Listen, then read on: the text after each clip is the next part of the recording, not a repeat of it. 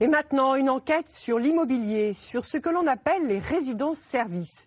Des appartements qui se louent, s'achètent, avec à la clé un certain nombre de facilités. Accès sécurisé, restaurant, laverie, salle de sport, piscine, la liste est longue. Ces résidences sont destinées aux étudiants, au monde du tourisme, au monde des affaires ou encore aux seniors. Un marché en plein développement. Nous nous sommes intéressés aux résidences-services pour les seniors. Elles attirent des investisseurs qui voient là un placement rentable. Mais vous allez découvrir que ces appartements peuvent devenir un fardeau ou un gouffre financier compte tenu des factures liées à ces services. C'est une enquête de Paul de Genève. Il répondra aux questions de Guylaine sur ce plateau. Vieillir sans sombrer dans les écueils du grand âge. Nager dans un bonheur paisible. Pour Denise et Daniel Olmedo, la retraite a un petit air de croisière de luxe sur un fleuve plutôt tranquille. On descend de chez nous, on a directement la piscine, directement la salle de sport. Pas de déplacement à faire, rien à faire. Après un réveil en douceur dans la piscine, Bonjour. c'est l'heure de la gym avec Nicolas, leur professeur. Il y a du monde aujourd'hui. Allez, on va juste enrouler les épaules. Ils sont tous à la retraite et les exercices sont adaptés à leurs muscles encore vaillants. C'est difficile? Non. Bon, on est jeunes, nous. On pourrait se croire dans un club de vacances pour personnes âgées. Sauf qu'ici, les locataires séjournent 365 jours par an. Au bord de la Loire, près du château d'Amboise, voilà l'immeuble où Denise et Daniel ont emménagé il y a 5 ans. Moyenne d'âge de leurs voisins, 82 ans. Mais n'allez pas leur dire qu'ils se sont installés dans une maison de retraite. Cela n'a rien à voir. Tu mets ce collier? Oui, c'est bien. Attends, je vais te le mettre. Bouge pas. Vous vous faites chic? Toujours. Moi, toujours. Alors ici, nous avons le salon. Daniel et Denise ont emménagé dans une résidence-service pour seniors. La petite cuisine, mais qui est très fonctionnelle. Hein. Il y a tout ce qu'il faut en fait, un grand frigo congélateur, le four. Pour 3 pièces, leur loyer est de 860 €, dans la moyenne des prix pratiqués dans la région. Et le couple a clairement l'impression d'en avoir pour son argent. Premier intérêt pour nous déjà, ça a été la sécurité. La sécurité, déjà d'une part. Ensuite, l'accueil, la convivialité d'autres personnes, d'autres résidents, etc., du personnel également. Dès qu'ils sortent de chez eux, ils peuvent avoir accès à de nombreux services payants. Une conciergerie, une piscine, un club de sport, un espace beauté, des sorties, un bar. C'est simple, depuis qu'ils vivent ici, Daniel et Denise ont un peu l'impression de vivre à l'hôtel. Bonjour monsieur. Et ils n'ont même plus besoin de se faire à manger chez eux. C'est au restaurant de la résidence que les retraités prennent la plupart de leurs repas. 11 € par personne. Comme Denise et Daniel, plus de 40 000 Français possèdent ou louent un appartement dans une résidence-service. Et ce marché de l'habitat des seniors semble promis à un bel avenir. Le parc de Vinci, les jardins de la Fontaine, l'Orée de Neuilly, le nombre de ces structures, au nom parfois très bucolique, devrait doubler d'ici 2 ans. Les services sont-ils toujours à la hauteur des attentes de ceux qui décident d'y vivre ou d'investir? Il n'y a plus de femme de ménage, il m'a dit qu'il n'avait plus l'argent, le Birlot. Il m'a dit qu'il n'a plus l'argent, lui. Hein. Comment éviter les abus de certains gestionnaires? Quand on a un prix catalogue de 4 500 € et que les gens payent 26 000 €, il y a forcément quelqu'un qui se rince sur la dette. Et y a-t-il un risque de tout perdre en plaçant son argent dans ce type de programme immobilier? Moi, je suis condamné à payer plus de 3 000 € pour du vent pendant 11 ans. Enquête sur ces résidences seniors où les charges et les services se transforment parfois en une bombe à retardement.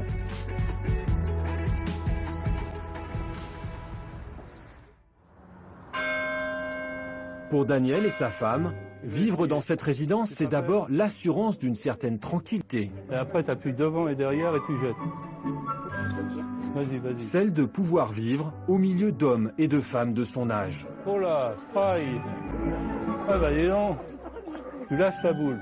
Donc quand tu jettes, tu lâches ta boule. T'enlèves tout. Voilà. Et allons-y, strike. Bah dis donc.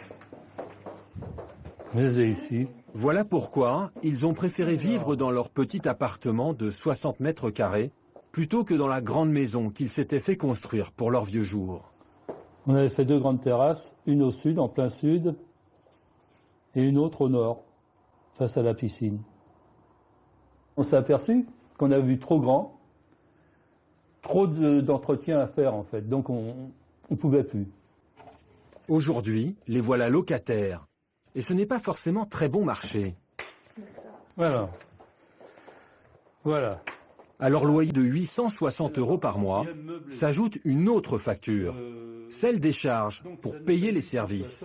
Impossible d'y échapper. Pour vivre ici, ils ont dû souscrire à l'une des formules imposées par le gestionnaire de cette résidence.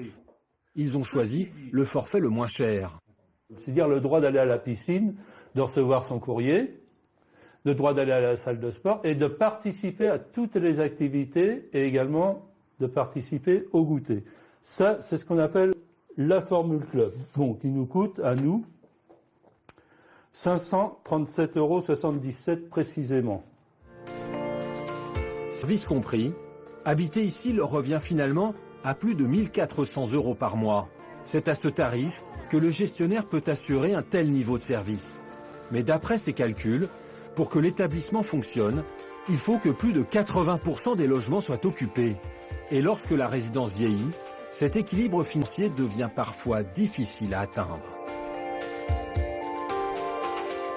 Pour le comprendre, il faut quitter l'immeuble tout neuf de Daniel et sa femme et pousser la porte d'une de ces nombreuses résidences-services ouvertes partout en France il y a plus de 30 ans. Dans le sud de l'Île-de-France, nous avons rendez-vous avec des habitants plutôt mécontents. Ne vous fiez pas au calme des façades un peu défraîchies de cette résidence. Ici, s'affrontent 2 camps qui semblent irréconciliables. 2 camps qui se font la guerre à coups de courriers recommandés et de constats d'huissiers pour des milliers d'euros de charges impayées. Contrairement à Amboise, la plupart ne sont pas locataires, mais propriétaires. Raymonde fait partie du camp des frondeurs, ceux qui ne veulent plus payer pour des services qui, selon eux, ne sont pas à la hauteur. Et puis je vous dis, c'est pas entretenu. L'autre jour, c'est moi qui ai passé l'aspirateur dehors. D'emploi ? Oui. Il n'y a plus de femme de ménage, il m'a dit qu'il n'avait plus l'argent. Le dirlo. Il m'a dit qu'il n'a plus l'argent, lui. Hein. Donc pas de ménage. Pas de ménage, c'est la veille qui l'a fait. Non. Dans un appartement voisin, Marie-France, elle aussi, est mécontente. Depuis 2 mois déjà, elle demande la réparation de son interphone. Bonjour, qui est là? Vous entendez toujours le bourdonnement. Personne ne répond. Allô? Allô? Est-ce que quelqu'un m'entend? Est-ce qu'on peut me répondre? Et ça fait combien de temps? Eh bien, depuis que je suis arrivée, c'est-à-dire le 3 février. Aujourd'hui, on est le 2 avril. Et rien n'a été réparé, rien n'a été fait. Mais selon Marie-France, il y a plus gênant. Il y a un service dont elle ne peut pas profiter. Il lui est pourtant facturé dans ses charges. Ce service, c'est le restaurant. Je suis diabétique et donc à aucun moment ne figure sur la carte un régime spécial diabétique.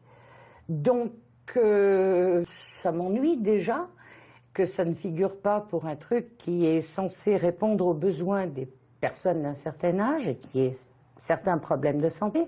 Et on ne vous a pas proposé un régime spécial dans ce restaurant-là? Pas du tout. Raymonde non plus n'utilise pas le service de restauration. Alors, elle a pris une décision radicale. Elle ne paie plus ses charges. 1023 € que je soustrais, que je ne paie pas. Voilà. Pourquoi vous ne pas payer la restauration? Parce que je n'y mange pas. Je ne vais pas payer pour ceux qui y mangent. Parce qu'eux, ils sont heureux, ils payent 3 fois rien. Comme Raymonde, ils sont 35 à refuser de payer pour certains services. Mais face à eux, un autre camp est prêt à les faire payer coûte que coûte. Et c'est au restaurant que nous avons rencontré un de ses représentants. Il est mis dans le contrat qu'ils doivent payer les charges de la restauration notamment, hein, même s'ils ne l'utilisent pas. C'est clair, merde. C'était en toutes lettres dans le règlement. Mais est-ce que ça vous paraît normal? Oui. C'est un contrat, mon Dieu. Un contrat, c'est ça la loi. Le ton monte. Un représentant de la copropriété vient à notre rencontre. Nous voulons l'interroger sur le conflit qui oppose les résidents au sujet de ces charges de service obligatoires. Mais notre interlocuteur refuse de nous répondre. Oui, alors vous lui forcez la main, vous arrêtez vos investigations et vous vous en allez. Selon lui, aucun doute, tout le monde doit payer. C'est écrit noir sur blanc dans le règlement de copropriété voté en 2010. Il y est écrit que les sommes relatives aux charges seront désormais réparties entre tous les copropriétaires. Mais les frondeurs, comme Raymond, se basent sur un autre document. Quand elle a acheté son 2 pièces en 2005, les règles étaient complètement différentes, comme le prouve cette lettre du gestionnaire de cette résidence. Il n'existe aucune obligation d'adhérer pour de nouveaux résidents. Si on m'avait obligé à l'époque à manger au restaurant, je n'aurais pas acheté. Mais on m'a dit, non, vous pouvez faire comme vous voulez, manger chez vous. Donc, c'est pas honnête de faire ça. On trompe les gens. Aujourd'hui, plus d'une trentaine de copropriétaires comme Raymond ont été assignés en justice. Au bord de la faillite, cette copropriété vient d'être placée sous l'autorité d'un administrateur judiciaire. La faillite de toute une résidence, c'est ce qui s'est produit à Montrichard, près de Tours. Construit il y a plus de 40 ans, 5 immeubles en haut de la colline, où vivaient jusqu'à l'année dernière près de 150 retraités. Mais aujourd'hui, les lieux sont presque déserts. Ceci est vide, tout cela, ceci est vide. Il n'y a plus rien. Jean-Marie Sorel est un des derniers locataires d'une copropriété à la dérive. Pourtant, du temps de sa splendeur, Montrichard était le fleuron des résidences-services en France, synonyme d'une retraite heureuse dans les journaux télévisés. Nous sommes en 1987. À l'époque, les retraités se battent pour y rentrer. Ici, on rentre pour une retraite heureuse et non pour mourir. Ce n'est pas un mouroir. Ah non, absolument pas. Ici, je n'ai qu'un studio, mais c'est vraiment merveilleux. Je n'ai presque pas rien à faire. La résidence de luxe compte jusqu'à 300 habitants, des retraités privilégiés que les gens du village surnomment les Richard Dumont. Aujourd'hui, même la salle de restaurant inaugurée en 1969 a fermé définitivement ses portes. Fermé. Oui. La salle à manger était grande. Une plein de tables partout. Voilà. Messieurs, dames, bien le bonjour. Pour le repas ce midi, ils ne sont plus qu'une dizaine à se retrouver dans un des salons de la résidence. Chacun doit se débrouiller tout seul pour préparer sa nourriture. Et voilà. Le déjeuner. Ça va? Le moral est bon? Si la résidence a fait faillite en janvier dernier, c'est parce qu'ils ne sont plus assez nombreux à accepter de payer les charges de service. Comment en est-on arrivé là? À Montrichard, les dettes ont commencé à s'accumuler au milieu des années 2000, avec le décès de nombreux résidents. Leurs descendants ont hérité de leurs appartements et des charges qui vont avec. Et c'est bien là le problème. Regarde ça, les carreaux. T'as vu ça? En fait, il y a des carreaux, il n'y a plus rien dessus. C'est mortel. Christiane et Alain Descotigny ont hérité d'un studio à la mort de leur tante. Au début, ils parviennent à le louer, ce qui leur permet de couvrir les charges. Mais quand leur locataire s'en va à son tour, ils ne trouvent personne pour le remplacer et les ennuis commencent. Donc ici, il faut payer tout. Alors on a des charges à payer tous les mois. Et au départ, c'était en francs. On était arrivé à 5 000 francs de charges. Après, quand c'était en euros, on est venu à 900, presque 1000 euros. Et ici, on est en 2007, c'est 867 euros 27 de charges à payer tous les mois. Des services qu'ils doivent payer, même quand l'appartement est vide et que personne ne s'en sert. C'est ce que prévoit le règlement de copropriété. Le couple se sent pris au piège et tente de vendre le studio. Voilà, ça vaut rien. Il y a eu une vente par adjudication. Il n'y a personne qui s'est présenté. Très vite, ils ne peuvent plus assumer les charges de leur maison et celles du studio. Le couple est obligé d'emménager à Montrichard. Les impayés s'accumulent et Alain songe à mettre fin à ses jours. Et quand je repense que j'ai retrouvé mon mari avec la corde autour du cou dans notre garage, n'ayez crainte que ça fait mal, ça. Ça, je ne peux pas l'oublier, je ne peux pas le digérer. Hein. Tout ça pour ici.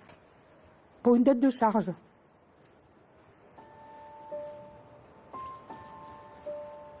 Heureusement qu'on est un couple uni et que... Heureusement. Finalement, c'est en s'alliant avec les autres héritiers de Montrichard que les Décotini vont trouver une solution. Majoritaire, les héritiers vont voter l'arrêt des services, privant les autres résidents de restaurants. Mais Christiane assume, elle ne veut plus payer pour eux. Vous, ça vous arrange qu'il n'y ait plus de service, mais d'un autre côté, voir ces grandes salles toutes vides. Ah bah oui. Et comment faire autrement? Comment faire autrement? Il fait le beurre sur notre dos. Hein. On a vraiment été des vaches à lait. Hein. Et maintenant, je crois que la vache, elle a plus de lait. Aujourd'hui, à Montrichard, il y a donc d'un côté des propriétaires de logements invendables et de l'autre des résidents privés de services. Pour éviter ce naufrage, il aurait fallu qu'ils s'entendent pour faire baisser les charges. Certains s'en sont fait une spécialité. Paris, dans les beaux quartiers. C'est ici, dans cet appartement de 70 mètres carrés, refait à neuf, que vit la famille Manigold. C'est presque tous les jours, mais je crois qu'en fait qu'il est mort le chat. Travaux compris, ils ne l'ont payé que 430 000 €, presque moitié prix. Et à l'heure du dîner, Allez, on va y aller. Allez, hop, hop, hop, aussi. pour Cécilia, Stéphane et leurs 2 enfants, c'est toujours le même rituel. Le repas est servi à l'étage en dessous. Et on dit bonsoir à tout le Ils monde. dînent avec tous les autres habitants de cette résidence-service. Depuis 2 ans, les Manigold vivent au milieu des personnes âgées. Bonjour Francine. Et ils semblent y trouver leur compte. Ça va? La résidence est proche des commerces et des meilleures écoles de Paris. Et le restaurant leur donne entière satisfaction. Pour la semaine, quand on est très speed le soir, entre rentrer, le repas, la douche, le bain, les devoirs, c'est pratique de pouvoir se poser et de manger un repas que j'aurais peut-être pas eu l'idée de faire parce que justement ça demande un peu de travail. Et au moins la semaine, c'est un moment en plus où on peut se retrouver. Et comme le dit Marie, c'est un moment où on s'assoit et on a le temps de discuter. Les autres locataires apprécient aussi ce mélange de générations. Moi j'aime bien quand ils viennent me voir. Ils sautent par-dessus mon balcon et ils arrivent. Les enfants, Ils sont gentils. Et alors ils font une attention, ils retirent leurs chaussures pour pas faire de taches sur ma moquette. Mais Stéphane Manigold est surtout devenu le chouchou de ces personnes âgées le jour où il a réussi à faire baisser les charges. C'est 73 mètres carrés. Ben, pour mes 73 mètres carrés, je payais 1500, 1600 par mois. Ce qui faisait beaucoup pour le trimestre. Et depuis qu'il est là, moi, je paye 2000 € par trimestre. Je me dis qu'on s'était fait voler pendant des années. Stéphane Manigold s'est en effet rendu compte que les habitants de cette résidence payaient certains services jusqu'à 5 fois trop cher. Par exemple, ce photocopieur. Ah, il faut un copieur dans la résidence. Moi, j'ai pas de problème à avoir un copieur et c'est normal, tout le monde en profite. Néanmoins, ce copieur, vos prix catalogue, sans trop forcer le négo, rien, hein, juste en appelant le fournisseur, le constructeur, vaut 5 000 €. Voilà, c'est ce que ça vaut prix public. J'ai eu le constructeur au téléphone, voilà, il m'a envoyé le devis, 5 364 €. Ça, c'est ce que ça coûte, prix public. Ils l'ont payé 24 498 €. Ça, c'est ce qu'ils ont payé. Alors ça, c'est une des aberrations. Mais on a eu des dizaines, voire des centaines, des contrats, en veux-tu, en voilà, on va en voir un autre. Pour prouver aux autres propriétaires qu'il paie trop cher, il décide alors de faire réaliser lui-même des devis. Comme par exemple, pour la rénovation de cette chaufferie. Le syndic leur avait fait parvenir 3 devis, entre 140 000 et 350 000 €. On réalise nous-mêmes le travail, on le fait nous-mêmes, et on termine à 48 534 € et 13 centimes PPC, soit plus de 150 000 € d'économie pour quelque chose de plus performant, puisque la pompe à chaleur qui nous est installée, elle chauffe les appartements en hiver, mais elle les rafraîchit également en été. Et selon lui, le syndic aurait volontairement gonflé ses factures pour profiter de la naïveté des personnes âgées. Ils savent que c'est une population un peu fragile, et du coup, voilà, on arrive à des aberrations aussi fortes. Mais c'est ni plus ni moins parce qu'il y a des populations fragiles. Et forcément, quand ils voient des jeunes arriver dans ce type de résidence, il y a des levées de boucliers absolument effrayants, parce que ils savent très bien que nous, on va se pencher sur ces sujets. Et on ne paiera pas 200 000 quelque chose qui vaut 50 000. Contacté, l'ancien syndic de cette résidence n'a pas souhaité donner suite à nos demandes d'interview. Mais Stéphane n'a pas seulement l'âme d'un chevalier blanc. S'il s'intéresse aux résidences-services, c'est aussi pour y faire des investissements qu'il espère très rentables. Un quartier chic de l'ouest parisien. Dans cette résidence de standing, 40 appartements seraient à vendre. Et Stéphane Manigold est en train d'en acheter plusieurs pour une bouchée de pain. Et donc en fait c'est un 2 pièces, 50 mètres carrés, cuisine séparée. Oui, un peu plus de 50 mètres carrés, cuisine séparée. Étranglée par les charges comme à Montrichard, la vendeuse est prête à céder son 2 pièces à un prix dérisoire. Ça c'est bien. Voilà. Je suis obligée de m'en débarrasser. Comment Parce que vous êtes obligé de vous en débarrasser. Oui, parce qu'il y a des charges trop importantes et actuellement je suis à la retraite, mais je continue à travailler pour payer ces charges. Et bien la seule solution, c'est que je le vende pas trop cher, 100 000 €. Mais je suis très très contente de m'en débarrasser. C'est 4 fois moins que le prix du marché. En tout, Stéphane Manigold a acheté 5 appartements dans cette résidence-service. Ils vont lui coûter 10 000 € de charges tous les mois. Mais en réalité, il n'a aucune intention de les payer.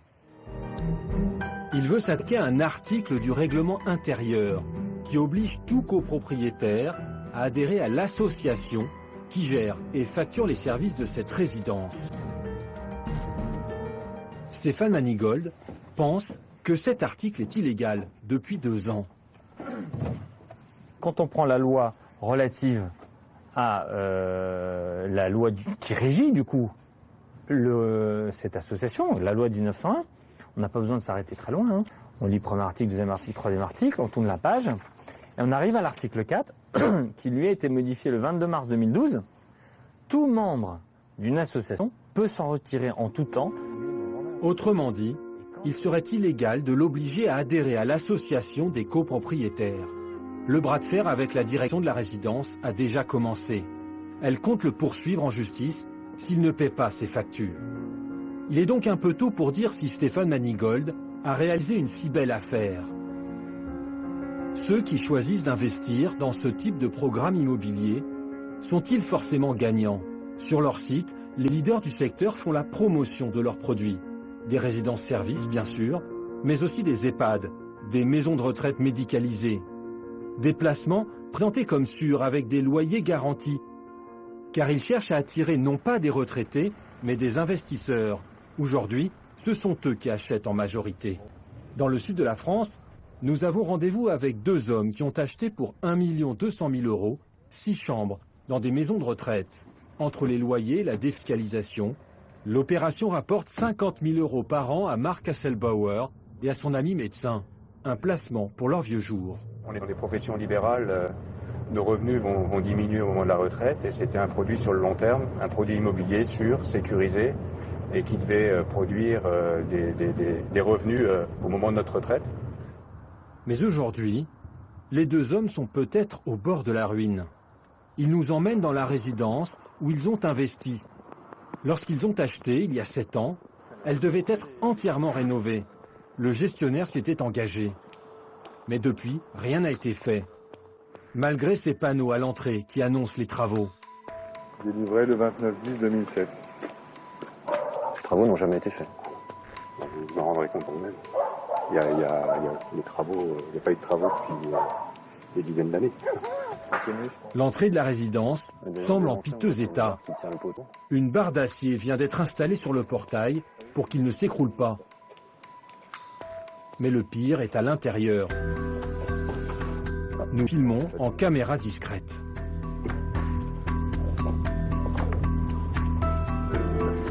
Bonjour. Accompagnés du médecin de la résidence, nous entrons dans la maison de retraite. La salle à manger où patiente une trentaine de pensionnaires a l'air propre. Mais en montant à l'étage, nous découvrons ces marches fissurées. Ces murs marqués à la bombe. Et un sol usé jusqu'à la corde. Pas au nord, on pourrait tomber.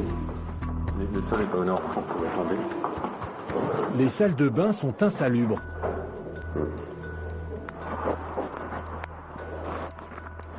Les volets tombent en morceaux et la terrasse est à l'abandon.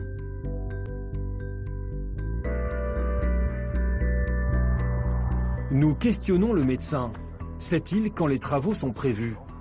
Bon, c'est pas le même directeur, je ne sais pas. Et même, ah oui. Je pense qu'il nous l'aurait dit aussi. C'est quand même bizarre qu'en pratiquement 8 ans, hein, il n'y ait pas eu de travaux. Quoi. Nous, on est un peu inquiets. C'est-à-dire que nous, on a les réponses que vous n'avez pas, vous, en tant que travailleurs ici, nous, en tant qu'investisseurs, on ne les a pas non plus. Je pensais que vous alliez nous informer.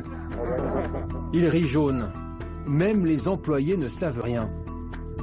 Au mois de janvier dernier, nos deux investisseurs ont fait venir un huissier pour constater l'état de cette résidence. Une trentaine de pages, dont la conclusion est sans appel. Cette résidence est ancienne, vétuste et insalubre aux équipements obsolètes. Autrement dit, si rien n'est fait, la maison de retraite peut perdre son agrément et être fermée par les services sanitaires. Nous avons contacté les deux entreprises responsables de cet établissement. Elles n'ont pas souhaité s'exprimer devant notre caméra, nous les avons donc jointes par téléphone. Le gestionnaire, le groupe Domusvie, reconnaît que cette résidence pose problème et que son avenir est incertain. Sur l'opération hier, c'est la dernière compliquée que nous ayons à gérer, sur lesquelles les directeurs ont raison de se poser la question et sur lesquelles il y a un risque, comme tout investissement. Si on fait ces investissements, ça s'accompagnera d'un renouvellement du bail sur 9-12 ans, sur du long terme, et certainement un ajustement de loyer étalé sur cette même période. C'est-à-dire une baisse de loyer pour compenser les travaux qui sont à faire. Oui, oui, vraisemblablement. Quant au promoteur GDP Vendôme, un de ses représentants nous affirme que des travaux sont bien prévus et que la résidence ne fermera pas. Mais les deux investisseurs sont malgré tout écœurés.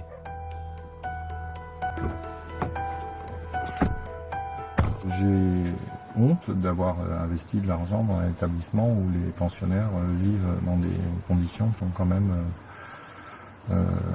au XXIe siècle impensables dans un établissement de santé.